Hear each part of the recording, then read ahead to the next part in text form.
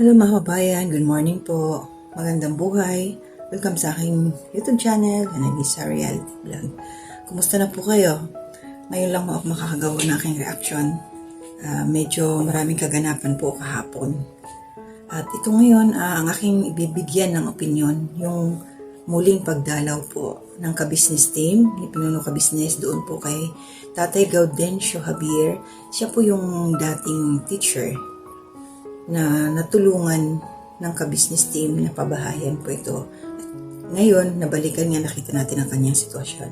Pero bago ang lahat, maraming salamat po sa patuloy na suporta niyo sa akin, to my new subscribers, silent viewers, mga nagla-like, nagko-comment, nagsishare po sa aking mga ginagawang reaction. Maraming salamat po sa inyo. At salamat po sa hindi pag-i-skip ng ads. At tuloy po, suportahan natin ang Ka-Business Official, Papa Dins TV, and Ka-Business Family.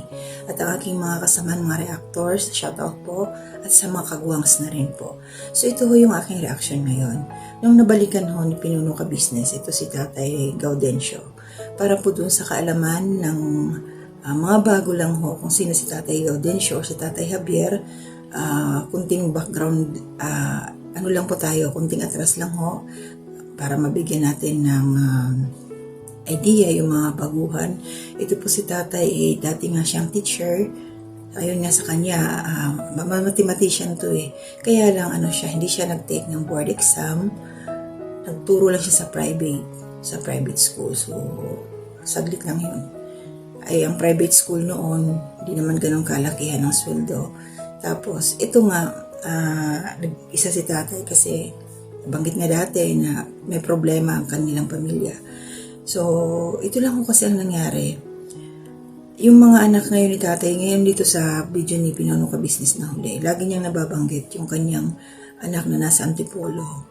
Gusto niyang pumunta sa Antipolo doon sa kanyang anak. Kahit nung una, nung natatandaan ko sa kanya na part 3 yata yun, na dumating doon yung kanyang mga apo kasama yung manugang.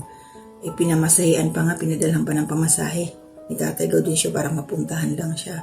Ganun kahirap yung buhay nila. Hindi naman sa pag-ano. Pero kasi kung may paraan, maraming paraan kung gugustuhin. Kaya lang, ito yung mga dapat nating maging lesson sa mga magulang, lalo mga ama ng tahanan, na gampanan ang kanilang responsibilidad sa mga anak, lalo't maliliit pa. Kasi ngayon, ang nangyayari, nakikita natin ang sitwasyon ni Tatay Gaudencio. May 3 siyang anak. May isa wala siyang kasama, walang nag-aaruga sa kanya. Aminin natin sa hindi, ang totoong dyan, naging masamang tatay siya nung time na maliliit pa yung kanyang mga anak, hindi siya nagpakatatay. Dahil may bisyo nga daw to eh. Nabanggit to, naalala ko doon sa mga vlog dati ni Pinuno, mga napanood ko na part na sinabi mismo ng asawa, nung first time na na-meet ni Pinuno Ka-Business at Mrs. Ka-Business, yung asawa ni Tatay Gaudencio Javier, na may pagkasilahis nga daw itong asawa niya. So pag may kwarta, may pera, ayun ang lalaki. So nakakalimutan ang kanyang mga anak, kanyang pamilya, dahil pag nangihingi yung kanyang mga anak, mas inuuna pa yung kanyang bisyo. So ngayon, ito na nangyari yung mga kabayan. Hindi rin natin masisisi kasi yung mga anak kung bakit ganyan ngayon ang kanilang, ang sitwasyon ni Tatay. Kumbaga walang nagmalasakit. Kasi kung tutusin, kung mabuti kang ama, kahit hirap kayo sa buhay, kung naging mabuti kang ama nung time na maliliit pa ang iyong mga anak, kahit magdildil kayo ng asin, hindi ka pababayaan ng anak mo. May hinanakit kasi mga bata, so hindi talaga healthy para sa kabataan, sa mga bata na kalalakihan nila yung trato ng kanilang mismong ama. Kahit yung sa asawa niya, hindi sila wala din pakialam kasi nasaktan din, sinaktan din. Kaya maging silbing sana itong nangyayari nga yung kay Tatay Gaudencio na binalikan nila Pinuno kay Tatay Javier, na maging lesson ito para sa ating malalakas, lalo na't yung mga kabataan ngayon na nag-uumpisa pa lang sa buhay pamilya. Arugain niyo pong mabuti ang inyong mga anak. Huwag niyong sasaktan ang kanilang damdamin dahil sa huli po talaga lahat tayo pupunta sa pagtanda. Mapasalamat na tayo kung halimbawa dumating tayo sa ganyang edad ni tatay. Dati 68 siya nung unang napuntahan. So 2 years ago, I think 2 years ago na ito. So nasa 70 years old na si tatay ngayon. Yung magsasalita niya, ganun pa rin nung una. Nung una siyang nakita nila Pinuno ka-business. Kasi mayroong mayroon din ka-business supporters na kumbaga nag-endorse, nagturo na ito si tatay kailangan tulungan. Merong ka-business, kaya napuntahan siya din. Kaya yan ang masaklap ngayon mga kababayan. Noon man, naalala ko, inigiban pa yan ni Labay. Sino ba kasama noon? Tatay ni Jassy yata, yun nagigib pa. Kasi nga, nasa balon lang ang tubig. So ngayon, paano na lang siya? Nakita natin yung itsura ng bahay niya. Hirap siyang kumilos. Gutom na gutom. Sino kaya ang nagpapakain kay tatay? Sino kaya yung mag-aasikaso sa kanyang mga pangangailangan? Ilang taon din na hindi siya nabalikan nila Pinuno Kaya pasalamat din tayo na nabisita muli. So ngayon, ano na kaya ang mangyayari ulit kay tatay? Ayan na siya, nakita natin. Walang magbabago, hindi siya nakalakad, hirap lumakad, nahirap magsalita, nanginginig sa gutom. Pero sana, mahirap din kasi wala tayo sa sitwasyon doon sa mga anak na nagkaroon ng hinanakit sa ama nila. Kaya hindi rin natin talaga sila masisisi. Siguro naghihiram din naman. Kaya lang, mahirap lang kasi na hindi nga tayo ang nasa sitwasyon na yung tutulong dyan kay tatay na pamilya niya. Naalala ko meron pa siyang pinsan dati na kasakasama niya. Mas matanda sa kanya. Nasaan na kaya? Ngayon mag-isa na lang to si tatay. Nasaan na ito na mga kababayan? Nasaan na yung mga taong kadikit ni tatay noong kalakasan niya? Wala.